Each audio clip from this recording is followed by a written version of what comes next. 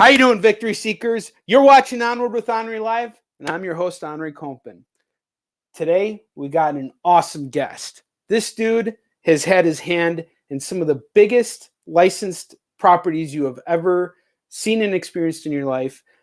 The biggest one of which is Star Wars, which he had a huge hand in helping them build out their universe. He's going to talk all about it. He's going to talk about some of the things he's worked on outside of that, and it's a huge pleasure to have him. Please join me in welcoming CHRISTIAN GOSSETT. Christian, I got you right here, buddy. How you doing, dude? Hey, I'm great, Onrie. Thank you, man. Welcome to the show. No, absolutely. Thank you for being here. Yeah. Right on. So today is not just Good Friday, it's fucking Great Friday. I got my fucking Final Fantasy in. I thought we were going to wait a little while to bring it up, but you know. Let's go right to it. It's like that Final Fantasy VII day. Yes, it is. And you know, funny because that game had such an impact on me when it first came out, as I'm sure it did for you. Like, where were you in your life when that game came out? The original. I was working for Neversoft on Spider-Man PlayStation. Holy shit! That was like 3 years before that game even came out, too. Yeah. And it was actually, that's right. I was working on. They had just started it. They had just gotten the license, and I was still working on. That's right, because it was a while before. I was working on Apocalypse with Bruce Willis. Yeah, dude, we were going to talk about that too, for sure. That's right. And so this came out, and it was all the rage. You know, all of us video game devs, and it was a small community back then. Really, compared to now, we're all just talking about it, reading about it in that one magazine we all read. I can't remember the name of it. Video Game Nation. Was it Game Informer? Game Informer. Yeah. And Next Gen was a big one. And we were just Game Pro. Sorry. That's what it was. Yeah. And it was just so it just showed everybody what could be. Today's like the culmination of what Final Fantasy VII, the first one, was, because we all knew, if this is so amazing, imagine how it's going to be 20 years from now. And it's pretty damn amazing as it was then, just to be taken into a whole world. I got the biggest nerd boner right now because I'm sorry, because for me, this was the game that got me to realize that I wanted to work in entertainment. You know, and I remember there was like an article I read that when that game first came out on the PlayStation, like that weekend, the movie theaters were dead. Everybody was at home fucking playing Final Fantasy VII. Yeah. And not another game after that, not another iteration of it has had that kind of like impact afterwards. Not that they were bad. There have been some huge hits in the series, kind of shrug your shoulders, but yeah. You're right. I mean, I haven't been into it. It's got everything. It just has everything. It's so beautifully designed, and Cloud is so great. All the casting is so cool. Your romantic lead, Cloud and Aerith. Your big gun guy, Barrett. Avalanche is just. You're a terrorist. You're a fucking terrorist, and you're a cool ass terrorist. You're literally a terrorist. Yeah, totally. So, okay, let's bridge this over a little bit, because you are responsible for writing a game that I played when I was a sophomore in high school and was totally fucking into it because I was a big Bruce Willis fan, post Fifth Element, post Die Hard, and now you got to make an action game starring one of Hollywood's greatest heroes, and you got to make it his first feature game, essentially, where he was the lead and he came in and it was a shooter. It was fucking awesome. It had so much stuff. It's been years since I've played it, but I fucking love that game. Tell me what that experience was like. I'm so happy. Thank you.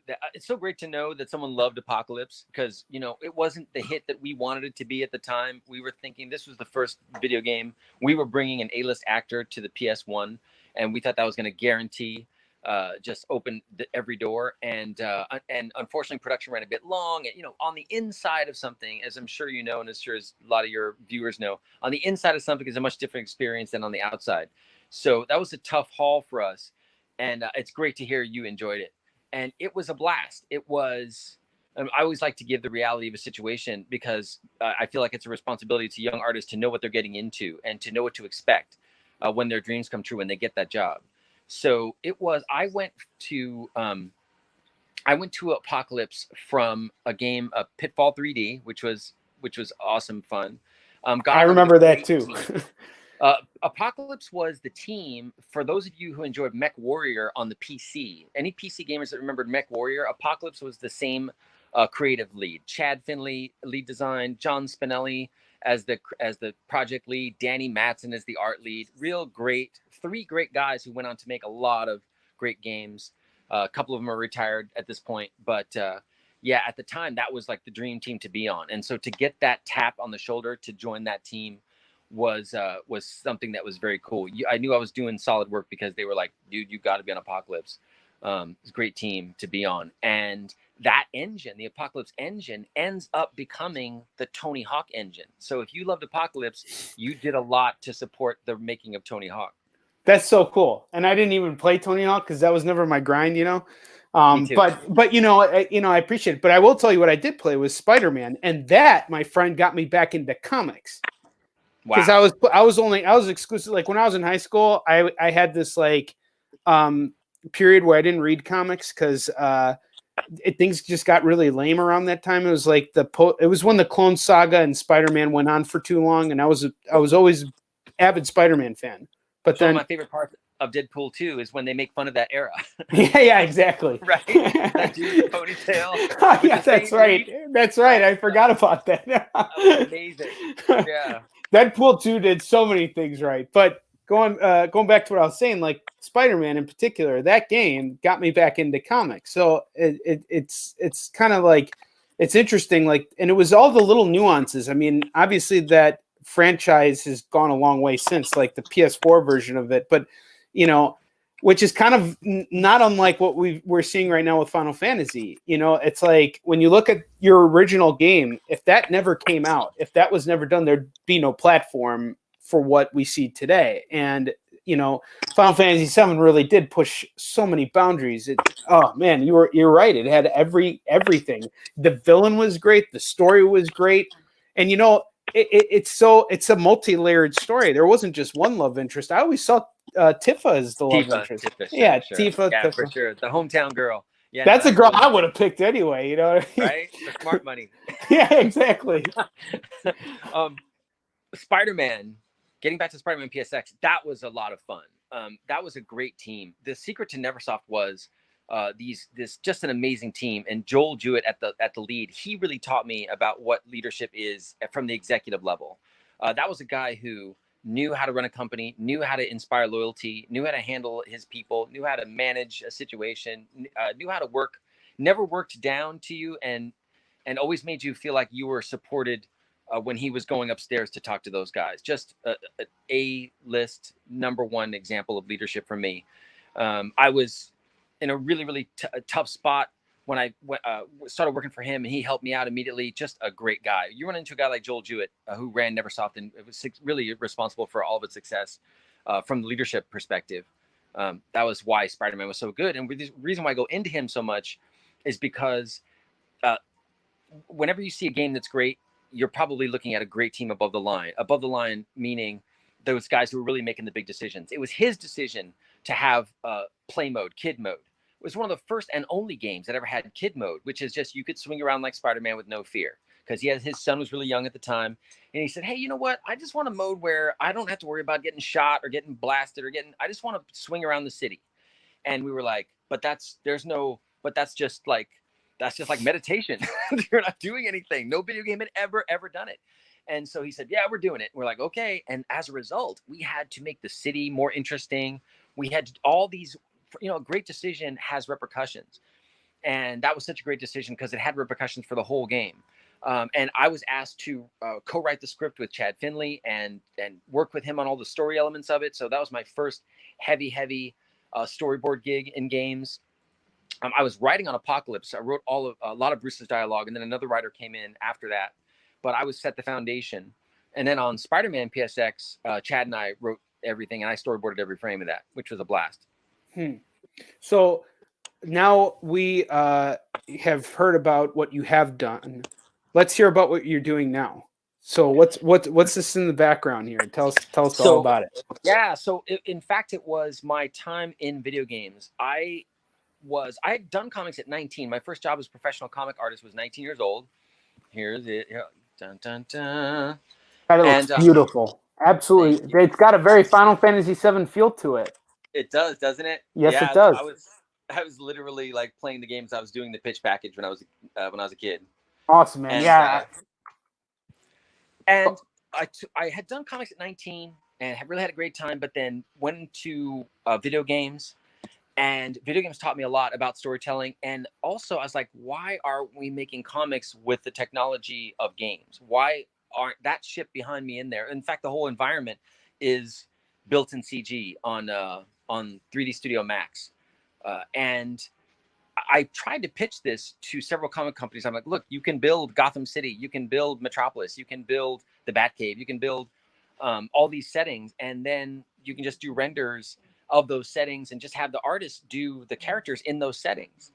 And I was like speaking from another time. I felt like some dude had went to the future and was or went into the past and was trying to tell him, hey, look, there's going to be these things. We don't have to, live in this primitive way. We can live in the future. And they were like, what are you even talking about?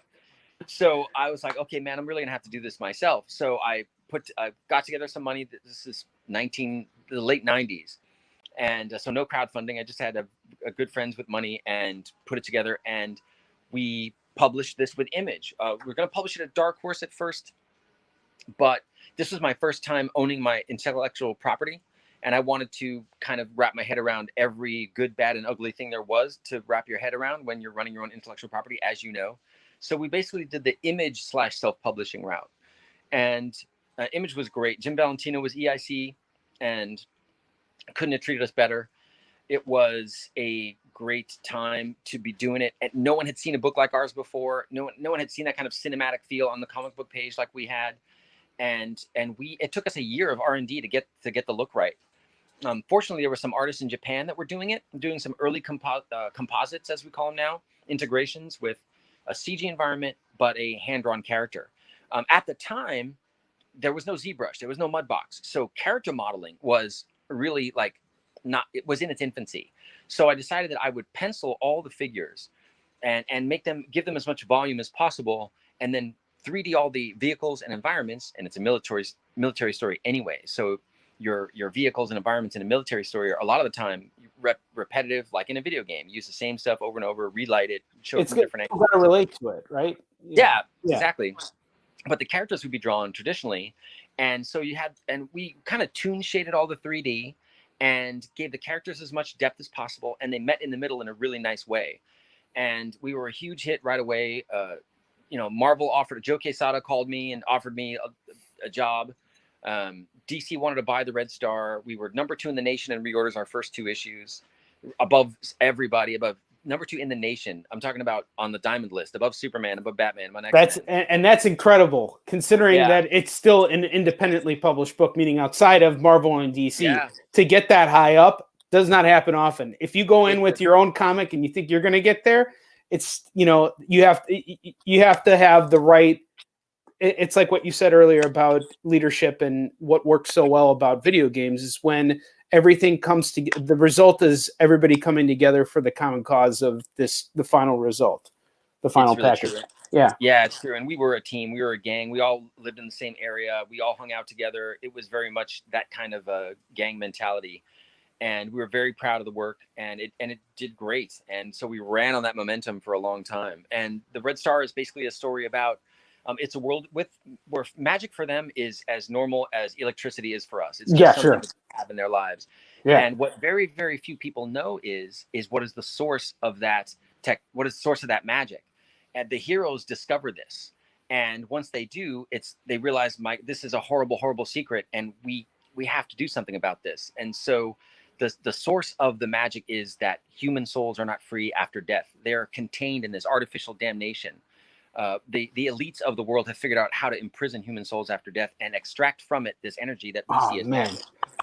So the heroes discover this, steal the Earth's mightiest battleship, that's the one behind me, the Konstantinov, breach the gates of this artificial damnation, and begin the war to free the souls. Dude, that sounds so fucking good, man. That sounds like it's got everything in it. So, Thank you. So who's the main character? Main character is Maya. She's the think Aerith. You know, she's Yeah, the yeah, yeah. sorcerer, the magic girl, magic woman. She's married to Marcus, who is Cloud. Marcus is not is Cloud, but just archetype wise. Marcus is actually in the very first. In the first issue, she's mourning him. He's been dead for 10 years, or so she thinks. He's actually in the afterlife. He's begun this Yeah, war. yeah. Well, we've all, yeah. You established that And already. he reaches her thanks to this ghost, this freed ghost, who brings a letter to her. Maya realizes it, tells Marcus's brother, who commands that battleship, and they're like, "Let's go get him." So they go into hell, essentially this artificial hell, and the war begins. And it's just, imagine those things fighting each other. Like, I love old pirate movies, so those sky ships fighting each other. Oh fuck yeah, dude! You ever play Skies of Arcadia on what was it, Dreamcast?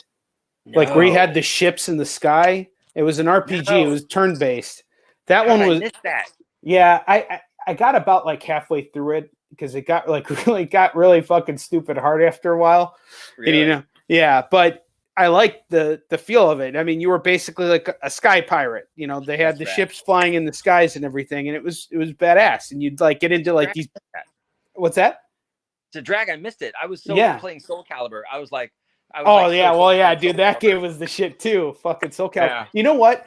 Did you ever play Shenmue? Yes. Okay. Sure. Did you play the new one? No, I have not. That left such a bad taste in my mouth. I was so upset because Shenmue, that game also had a really huge impact on me as I was growing up. Like that was like one of those influential games. And when I found, and then it just stopped, you know, because Yu Suzuki he couldn't design anymore for Sega, and Sega was just like, all right, we can't afford to do this. This was like around the time when they said like, we're out of the console game, we're just gonna stick to making, you know, just third-party games for everybody. Yeah. And I got to play Shenmue 2 on Xbox, but then like 19 years go by, and then finally they released Shenmue 3. And the problem I had with Shenmue 3 is not the gameplay. The gameplay was fine. The problem I had with Shenmue 3 was the lack of action and the lack of actual story development in the game. I mean, it literally is a story that it takes 2 steps forward and then like 1 step back. You learn nothing new. It's been 20 years.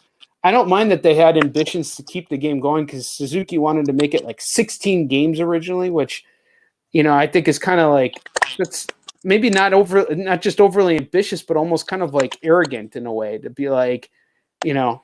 I mean, you want to, you know, you're hoping it'll go on. I mean, Metal Gear has gone on, you know, yeah, to sustain it. But, you know, it's like I say to my students, I teach graphic novel creation and I teach story development.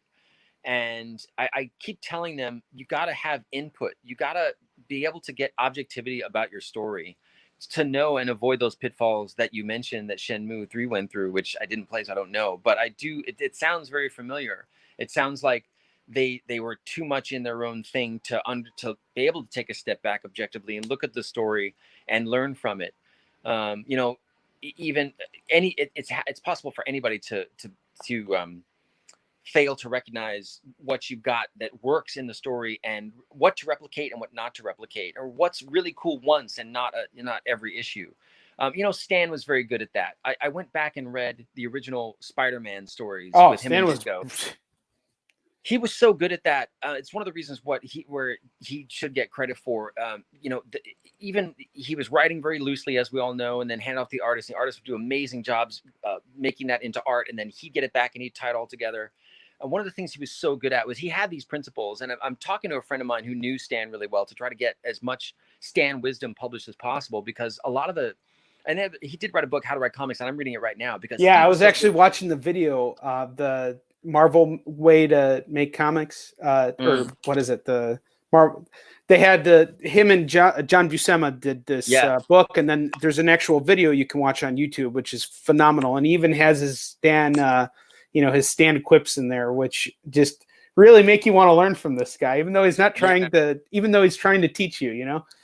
Yeah, it's so cool. You know, he was doing posters in World War II. He did a lot of propaganda posters for the army, which was great training for, you know, heroes, right? Heroes right there in big images telling you what to do and what not and to do. it's great marketing experience, you know, because that's another part of what you're saying. Like, you've been involved with projects that have seen massive success, and you know, you're telling me about Apocalypse, which I personally like, but didn't get the kind of love that you were hoping it would get, or that your team's was hoping. But through those experiences, it's not like you look back on them and say, oh, that's a failure. You look at it and say, we learned something from this, and we're going to apply what we learned to the next thing we're doing.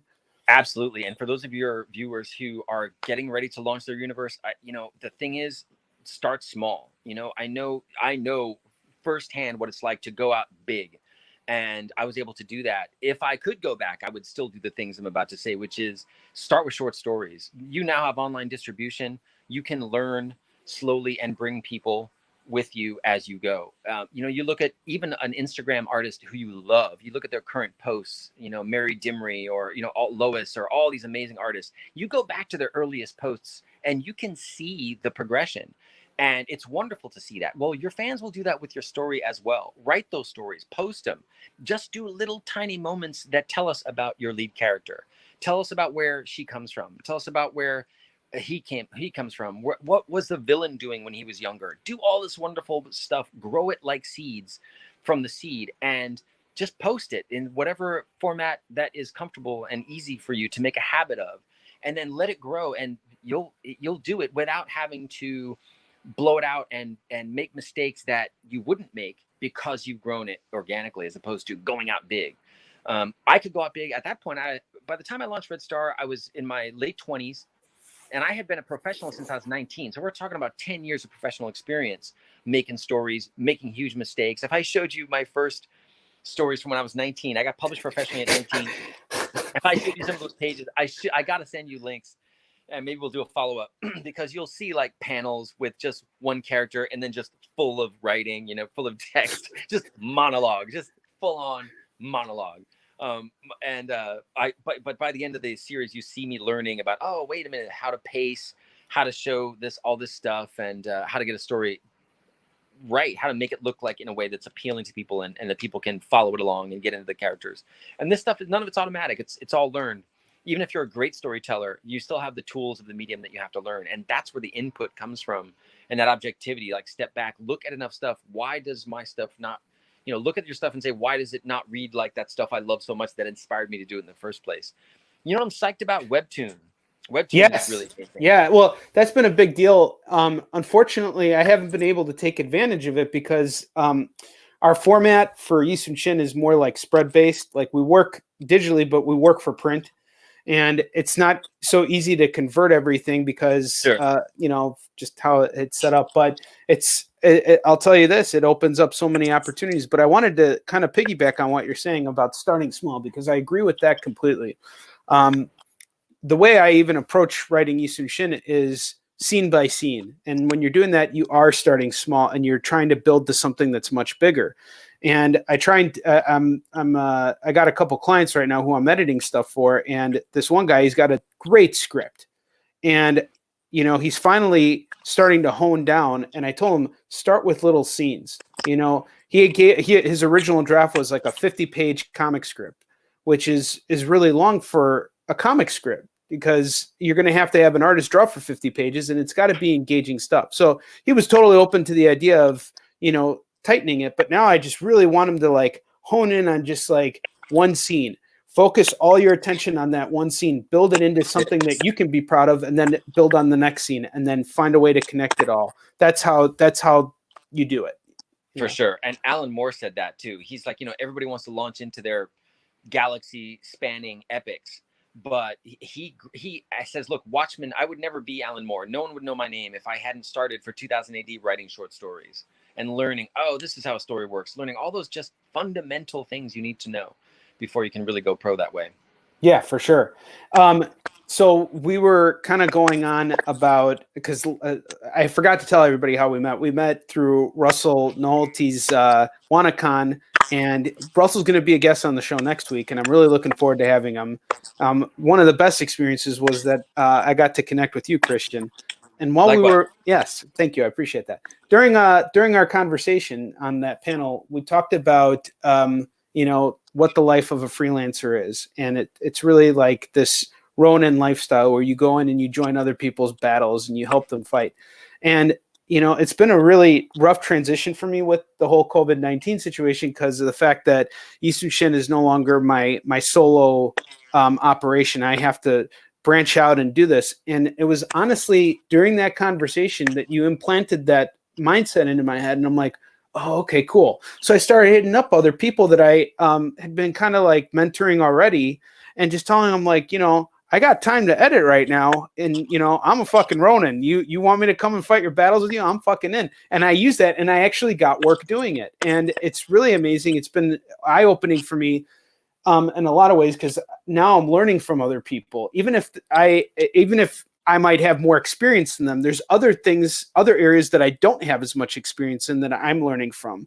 And awesome. I think that's a very important thing. And, you know, how did you come up with that mindset? You know, just you seem to have been ingrained with it from the beginning, but yeah, let's see. There's definitely some different things that came along and inspired me to do that. Well, the first most important one was my buddy Frank Gomez, man. You know, in a world where it's really easy to find people who give you a sense that you're not a good judge of character, meaning like you can put your faith in them and they don't live up to that faith. There are people who are the opposite, and if not for them, I'd be on the street. So one of them is my friend Frank Gomez. And when I was 19 years old, and I was doing that book, Tales of the Ninja Warriors, which was so awesome. It was an anthology. This company sold ninja stuff. They wanted to sell the ninja stuff. So they said, hey, let's put out a book of black and white comics like Teenage Mutant Ninja Turtles.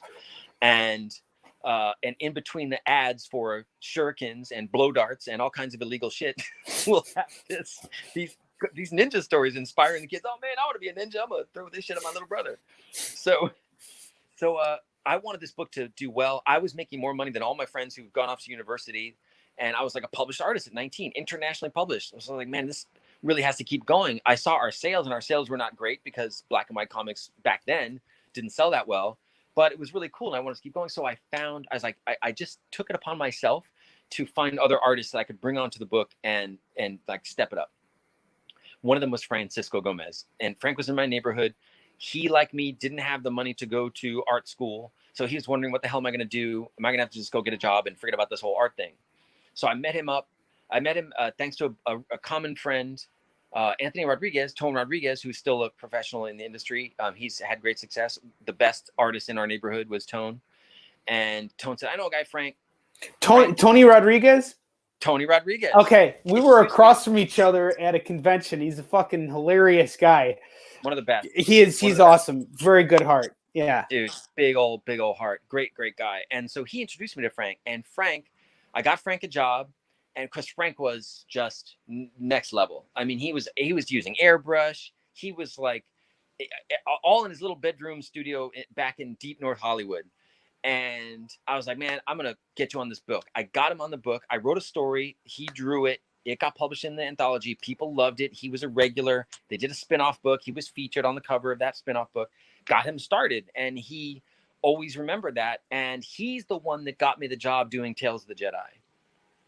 So that's where it first came from. I was like, you know what? If you're generous to the right people, then they will be generous back. And that's how it works. That is how it works. The problem is, you know, who are those people? Right? It's an act of faith. I didn't know Frank. I had no idea. Nor did I expect anything, by the way. It was already serving me to have this excellent artist on the book. So I was taken care of. But Frank didn't see it that way. He's like, man, you got me my first gig. He was working for DC and Marvel at that point. He said, I want to pay it back. Here's this opportunity to get on Tales of the Jedi. That's why and that job ended up being the reason why I designed the double-bladed lightsaber and invented the whole kind of alternate lightsaber. That's amazing, man. I mean, dude, like if I would have known just like by chance that I'd meet a guy who's had such a tremendous impact on my path now, like honestly, I don't think Eastern Shin would exist if not for some of me being exposed to so much of your work, you know? Thanks, man. Thanks. I mean that sincerely. In fact, I'm compelled now to just send you copies of the book just so you know, as my thank you, as gratitude. But let's go on that for a minute, because we're segueing over to Star Wars, which is also a huge inspiration for me with everything I'm doing with Eastern Shin. So what was that like? Tell us what was it like when you were handed the keys to the vault and started kind of like going in and redoing and revamping and stuff like that. It was a great time. It was, now it's hard to realize this now, but in the late 90s, before the prequels had come out, Star Wars was basically done. Like culturally, it was just over. Yeah. It was like, hey, look, there were the 3 movies. Now there's all these books, and oh, cool, some comic books came out. When Dark Empire comes out, Tim Zahn, I'm sorry, not Tim Zahn, Tom Veitch and Cam Kennedy, when they come out with the Star Wars comics through Dark Horse, we were like, oh wow, a Star Wars comic. That's like, I forgot Star Wars was a thing, because seriously, we were the first generation. It was our thing, right? It was our Harry Potter. So, but it was done back then. 3 movies in and of itself was a huge fandom run. You didn't do 8 movies. You didn't do 5 movies. So we were like, and then they announced we're making prequels. So we're like, wow, it was just so done. You just didn't hear about Star Wars. You didn't see Star Wars. It was just other than the novels. And again, those weren't very old themselves. So when I go into that, because when I get that gig, I'm handed the keys in a way that was just an accident, basically. George was writing the prequels, and he wanted to inform the prequels in any way he wanted to inform them. He wanted to make up the name of the Republic central planet, the core planet of the Republic. And it was a name other than Coruscant. Well, his licensing people are like, you can't. Hey, the Republic planet has a name, George. It's Coruscant. And he's like, I don't like that name. And they're like, you've made a lot of money licensing this book that has it as Coruscant. So canon-wise, it has to be Coruscant. So this is early canon, non-canon battle going on. One of the first big canon versus non-canon battles. And it's strangling the guy who invented the whole damn thing in the first place. So as a result of that, he's like, okay. Well, if you guys are going to do more licensing, then all the licensing has to be the hell away from the prequel era, because, the pre-Skywalker era, because I don't want anything else impinging upon my juices. And so as a result, Tales of the Jedi was what was approved by Lucasfilm Licensing to be a thing. I come along, I get the job. Thanks again, Frank and Tom Veitch. And they're like, oh, okay, kid, your story takes place 4,000 years before Luke Skywalker. I'm like 23 years old. And I'm like, okay, so cool. There must be some really awesome designs by Joe Johnston and Ralph McQuarrie and et cetera, et cetera. And they're like, nope, there's nothing. We don't design things before they're necessary in entertainment. We design only the minimum that we need for a particular story. There's nothing for this time. It's all you, go. And I'm like, are you kidding me right now? I get to design the Old Republic, and I just basically am going to be left to my own designs. And they're all, yep. Well, they didn't know who they were messing with. So I went, and now this is how done Star Wars was. You couldn't find the Art of Star Wars books. You couldn't find them. They were out of print. And the only way you could get them was by going into a phone book, looking for used bookstores, and then going all over town to used bookstores and trying to grab a copy of Art of Star Wars, Art of Empire, Art of Return of the Jedi. And so I did. I found those, and I studied them. And it was really important to me that this book authentically be a Star Wars experience. For me, if I just imitated all the Star Wars designs as was, that's not authentically 4,000 years before the time of the story, right? No culture is the same 4,000 years later, even an intergalactic one. Absolutely. And there's different things like that we would consider like to be primitive now that like back then like was considered like technology, and vice versa too. Like things that are so like irrelevant now, but we wouldn't know how to do it, Yeah, for sure. I get it. Sorry. Yeah, there's endless. Yeah, as a historical fiction writer, like 4,000 years is massive. And I wasn't going to just let that go. I wasn't going to just draw lightsabers and draw spaceships and have all the same shit. It had to seem authentic. Otherwise, why do it? See, that's the thing, is that I knew why they were doing it. They were only doing it. They were only going back to the Old Republic to give George that freedom, right? It was a mandate. But if you did the books in a way that was punk ass, if you didn't get into redesigning the galaxy, retro designing the galaxy, it would have seemed like a licensing product as opposed to an actual story in and of itself. And that wasn't cool with me. So I went deep into the influences of George, which were, of course, Joseph Campbell and Akira Kurosawa.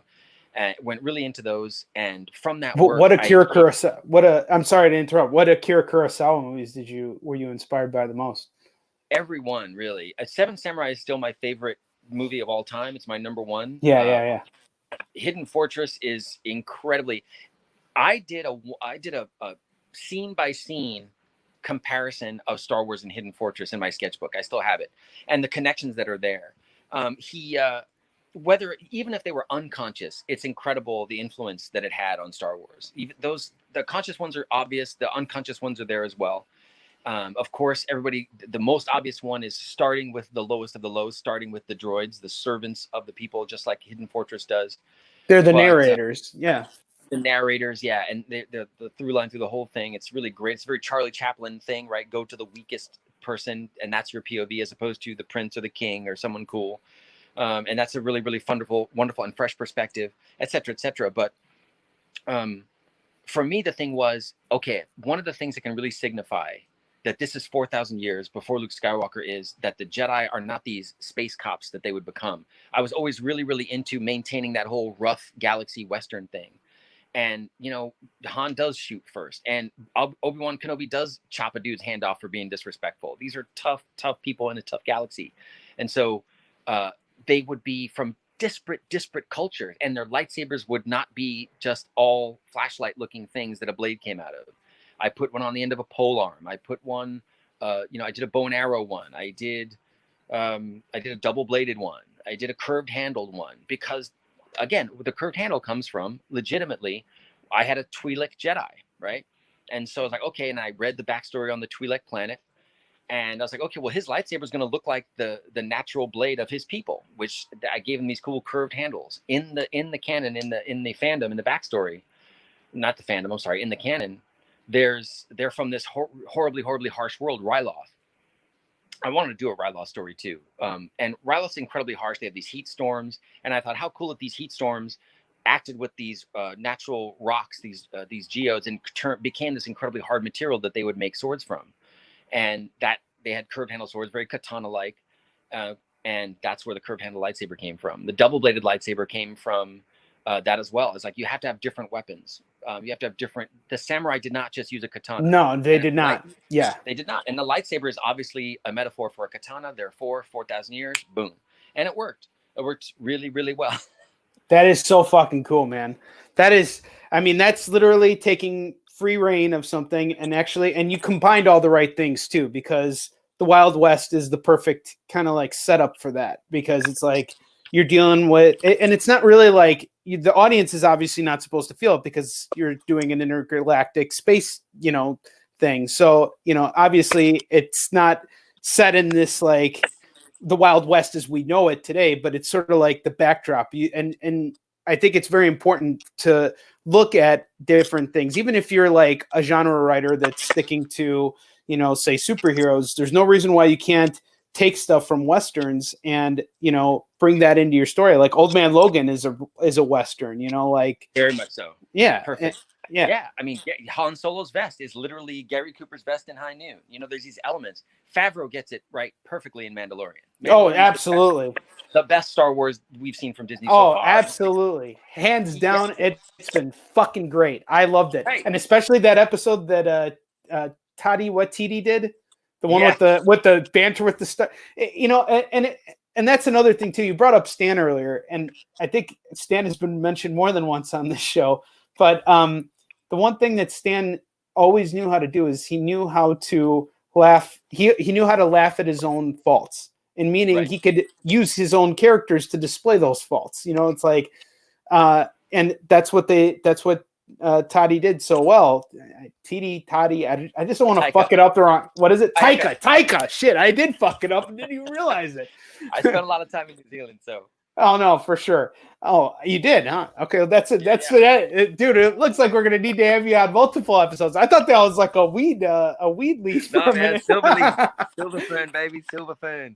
Oh, that's awesome, dude. That's really cool. Yeah. So, as I was saying, like, the whole thing of being able to make people laugh at things that are just so obvious, like, the fact that stormtroopers just have their aim sucks ass, and finally, for once in Star Wars, someone can like make fun of that and make you bring you down to that level, to the point where you want to be invested in what's going on. And it's not like I would say Mandalorian's doing anything like riveting in terms of like the storytelling. It's all basically a Western set. It's Lone Wolf and Cub in Star Wars, but that combination was like such an underlying thing.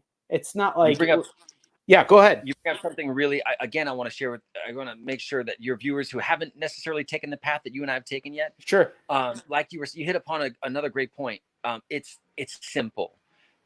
It's so easy to get hooked up in the complexities of a story. So many of my students come up to me, and so many friends who are professional writers, they'll come up to me with their IP, and it'll be so complex. Or even in my mind, I'm like writing a story and I go off into this. Yeah, well, my story doesn't really start until it's too complex for anyone to follow. Yes. No, simple things. Mandalorian, if you compare Mandalorian to the Disney Star Wars films, it's a perfect example. Mandalorian is just so wonderfully simple. And it lets you enjoy the story, as opposed to trying to tell you the thing with the stone and the stick and the stand and the place and the look at the thing, you know? So basically, it does everything that these new movies don't do right. Right. And you know, the thing is I'm not going to say that those new movies are completely irredeemable either. No, because I went and saw Rise of the Skywalker with my kid in the theater. I had to. How can I not take my kid to go see Star Wars? And I thought I was going to hate it because I really did not like Force Awakens or Last Jedi. But I walked out of that movie and I'm like, you know what? They did what they were supposed to do. There was a lot of action. There was a lot of stuff blowing up. The story made absolutely no sense, but who cares? It's just like, just enjoy it. Leave your brain at the door. Just wait till it's over. Yeah, just wait till it's over. But I was surprised because I was like paying so much attention to like the special effects. I was like, here they actually like advanced stuff. Like it looked beautiful on screen, and I was expecting it to look dull and boring, and but I wasn't disappointed in that aspect of the movie. It is good to go with your children to Star Wars. That my daughter is not. My daughter is like defiantly non-Star Wars. Okay, right. It's hilarious. She's so non-Star Wars. Fortunately, we take her to go see John Williams in concert at the Hollywood Bowl. That's something we do in Los Angeles.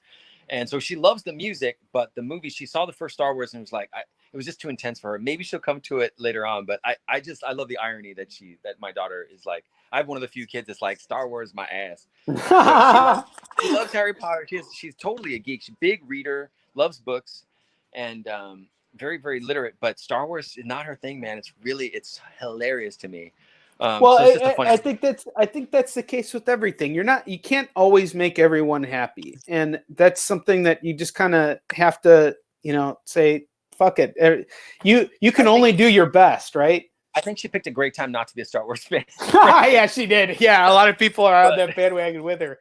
But I still contest, though, that those 6 movies are fantastic, and they did a really good job of like, putting them together and making them work. And that's not an easy thing to do. And again, going back to what you were saying originally, it's about the team, and what you were saying before about stories being like being so complicated that you have to figure out what the core essentials of it are. That's a challenge I'm facing right now with a book I'm editing, because the creator, he has a great story that he's telling, and he's building out this world. It's a world of his own design. It's his baby. And, as I'm kind of like going into the story, I'm trying to basically simplify everything so that he can have the commercial impact that he wants. Because if you can't sum it up in that, elevator pitch time frame, whatever it is, 10 seconds, 15 seconds, 30 seconds, you're not going to hook millions of other people who could possibly really like what you're doing, but because you're missing one word or, one phrase that can properly sum it up, you could ruin your whole story that way. Yeah. And it definitely is about knowing what that is. You gotta know for yourself why you're telling the story. There's this really simple mechanic I use. And there's introduce a character. It's very simplest. Can you tell your story in the following way? Can you introduce one character from your story? Any character. This works for even the 3rd tier guard. Tell me about, it should definitely work for your lead characters. Can you introduce that character? Can you show me them in their daily life? So basically who, And then what is their world? And then when is their world? Show me when this world is. Is it, London 2020 is a lot different than London 1820, right? So as a historical fiction person, you know the importance of era, right? I mean, even to bring it all the way down, right? Like we're having this meeting now, we're all in quarantine. January 2020 is a completely different era than April 2020. Yeah, I was right? thinking about that, Era. man. Just a month ago, it's like how much life has changed. I hear you guys in California. I just saw a picture that it's like beautiful outside. That like there's no smog in the air anymore. Beautiful. It's so great. And you go outside, you just smell the jasmine. It's a great thing. It's a great pause, man. There's so many positives about it. I agree with you. And I'm so glad you have that mindset. So what have you been doing to keep yourself busy? Like what allows you to come to this frame of thinking? So I think it's having great people in your life, first of all, that you can talk to and are all very mellow about it and have a really great mindset about how to like keep each other going and how to help each other cope, and be in contact with those people. And it's also, I'm Gen X, so I was raised to expect the end of the world every night. I don't know if you know this, but it was a real thing. In the 70s, being a kid, every night I'd go to sleep thinking, man, I hope the Russians don't blow up the world tonight. Every night. Because it was, unfortunately, I had a news addict father who watched the news and was in the news at that point was 24-hour Cold War, not 24 hours, 12 hours of Cold War. No, just like COVID-19 is now. Yeah. Right. Are the Russians going to blow us up today? Or are we going to blow them up? We don't have the best systems. We might do it accidentally. Oh my God, it might blow up the day after tomorrow. Yada yada yada. So it was a huge thing. So to be ready, I was raised to be ready. And so when the social agreement does break down, it's like for Gen X, we're like, okay, cool. This is this one. The Russians didn't kill me. This won't either. Just got to know what to do and rise to the moment. I agree with you. As well, creatively, I've been doing a lot of reading, a lot of input. It's a real input time. So, like read books that I haven't read. Or read the ones I have read. Again, I started directing television in 2019, and my first professional television. And so I read a book called a few books on directing, and now I'm reading them again. They were super, super helpful. These are really great books written by professional directors about the experience of directing. It's real textbook type stuff. And read those. They worked great on set. I was asked back for season 2. And so I'm doing my homework again on that, because when production does start up again, I'll head right into that. And directing television is absolutely magnificent. It's just the coolest thing ever. I'm so like envious. I think that's just so phenomenal. So going on what's happening right now has kind of given you the opportunity to, obviously it's given us all the opportunity to hit the pause button, step back and really hone stuff, because now you're going to emerge from this stronger, and whatever you've learned in quarantine, you will now apply to whenever production resumes on your show. And, who knows, you might win an Emmy for it. That would be fucking amazing. Yeah, man. No, it is. It's I can't, how many times in our lives have we sat there and said, man, if I could just get a week and the world would just stop. And we're like, well, that's never going to happen. It's happening. Yeah, it's happening. Yeah. It's happening right now. I agree with you. It's the closest thing it's ever going to be to stop. So, man, what do you decide? Like Gandalf says, what do we decide to do with the time that is given to us? No, you're 100% right. And that's been my mindset too, is, like for what I do personally, I've been so focused on going to conventions and selling more books in order to keep building on everything that I've done with Yisun Shin. And it's now I can't do that, right? At least not to the same capacity that I could before. Like now I have to focus on different things, but those different things have really helped enrich me in ways that will allow me to come back to the convention scene in a more heightened way. And I look at this as retirement. What does retirement look like? I mean, if you're going to be miserable being retired, then you might as well never retire. I get that. But, everybody talks about it. Like I wish I had more time at home. I wish I had more time to, spend with my kids. Now you fucking got it. So are you homeschooling your daughter? Yes. Yeah. How's that been? Great. She's great. Fortunately, she loves school. So it's been great. Every kid has their and she's very good at pointing out the things that are valid gripes about education. and you know, it's like, wow, you can't argue with that. She's just, she should be a lawyer. I really hope. I've been telling her, like, look, I know you're a great artist and stuff. You are talented in art, but man, it wouldn't hurt to get a law degree first. I'm telling you, you can go. Oh, back of to course, art. you could go back to like Charlie Michael Uslan. That's a great Mike example. Uslan, Charlie Sewell's a lawyer. Yeah, no, there's a great, you know, that's a different track when you know the law. It's like being in the medieval times and knowing Latin, right? Yeah. It's like, you know, the language of the clergy. You can do some important stuff with that, and you can charge people for just giving them an email. Yeah, no, absolutely, you can do that shit too. I wish I would have known that. You know, just Seriously. And that's one of the things that I try and really instill in my kid, because you know, they have this whole system set up where there's like different types of days. So there's every odd day he's with his homeroom teacher and he does his math, science, and everything, and then every other day he's doing his elective stuff. Well, the elective assignments are all bullshit. You know, it's like, you know, fold a piece of paper and try and shoot it into a garbage can, and you're playing basketball. It's like, you know, or draw a picture of a butterfly. So I had my kid do a different project, and his project is we're watching Mask of Zorro. Did you ever see that? The Banderas one, or? Yes, the Banderas one. Sure, yeah, great movie. Yes, yeah. So I'm having him watch this because you dig know, historical fiction, man. You and I are like long lost brothers. Oh, that's awesome, man. Yeah, for sure. Well, like aside from he asked me about Zorro because he was reading something on his iPad, and they were talking about the birth of superheroes, which, you know, obviously took place long before any of the Marvel stuff. It was like they were talking about Gilgamesh and all this, and they mentioned Zorro, and he's like, Dad, you know, tell me about Zorro. And I'm like, you're going to watch Mask of Zorro, but not only are you going to watch Mask of Zorro, you're going to pay attention to the music, you're going to be paying attention to the action, you're going to be paying attention to like the relationships among the characters, and then you're going to tell me what you think. And my kid has great comprehension, and it's just amazing like what I've gotten him to kind of do, because he gets really queasy around romantic scenes, and you know that movie is that's part of Zorro's like charm. You know, it's like, you know, Catherine Zeta-Jones, she was so fucking hot in that movie. Damn, man. Yes, yeah, totally. No, it is fun. I know romance is something that, you know, it is a great. I love those elements of stories, even though, it's, you know, it's funny, the relationship between action and action fiction and having a romantic subplot in there. That is something that I'm a big student of, you know, and the Red Star is hugely romantic. I'm a big sap. I love romantic stuff. And so it's all over. I mean, we begin with the sorceress going to visit the grave of her lost husband and, you know, putting flowers on his grave, even though she knows the grave is empty because his body was missing in action.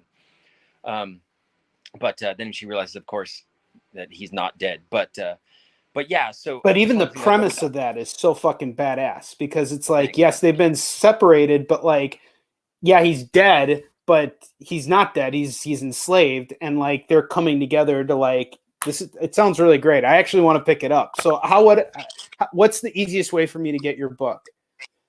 It's on Amazon. You can find the Red Star by just Google searching the Red Star, buy the Red Star, and we are one of the stores on Amazon.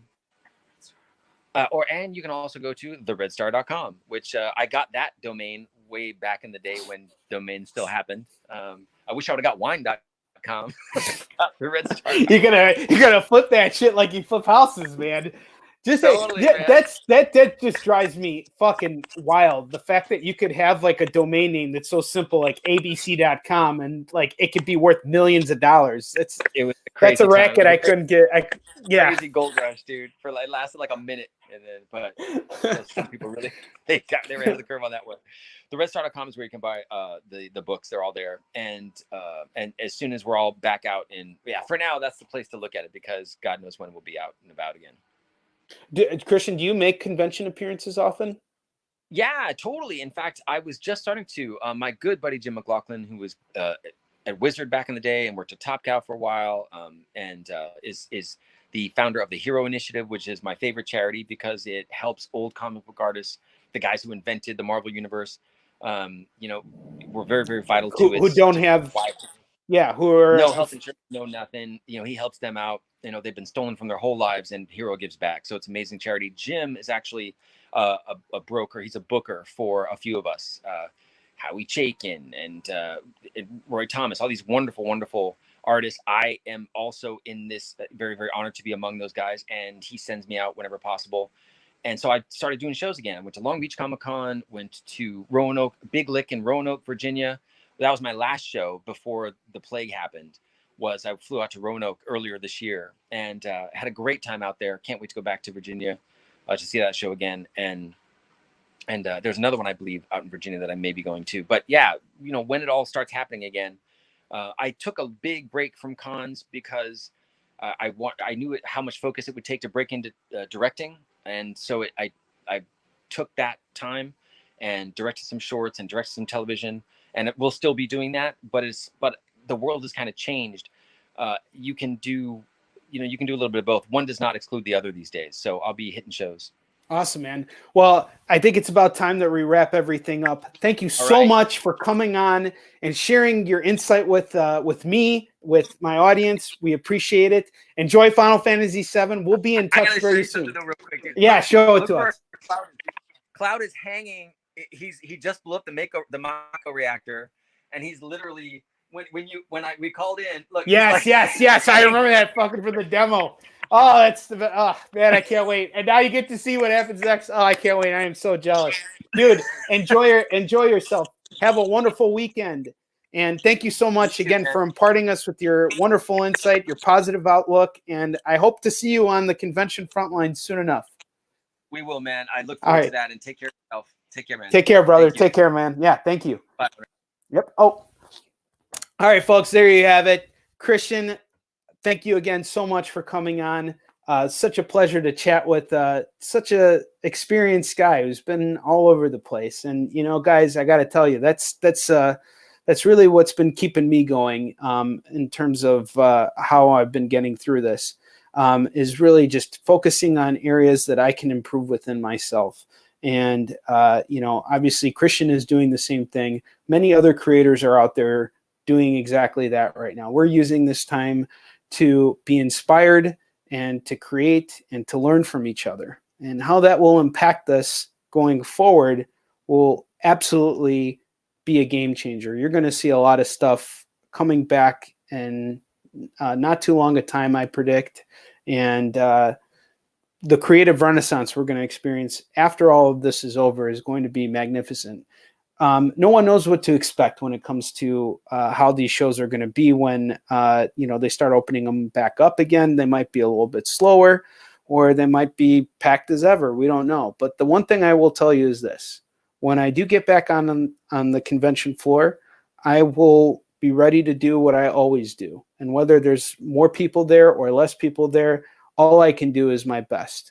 And I hope you guys know that as long as you commit yourselves to doing your best, that's enough, and as long as you're learning, as long as you're willing to make those mistakes and put yourself out there and learn and build connections and do everything, you're going to be all right. You will find your path. All right. It's not impossible.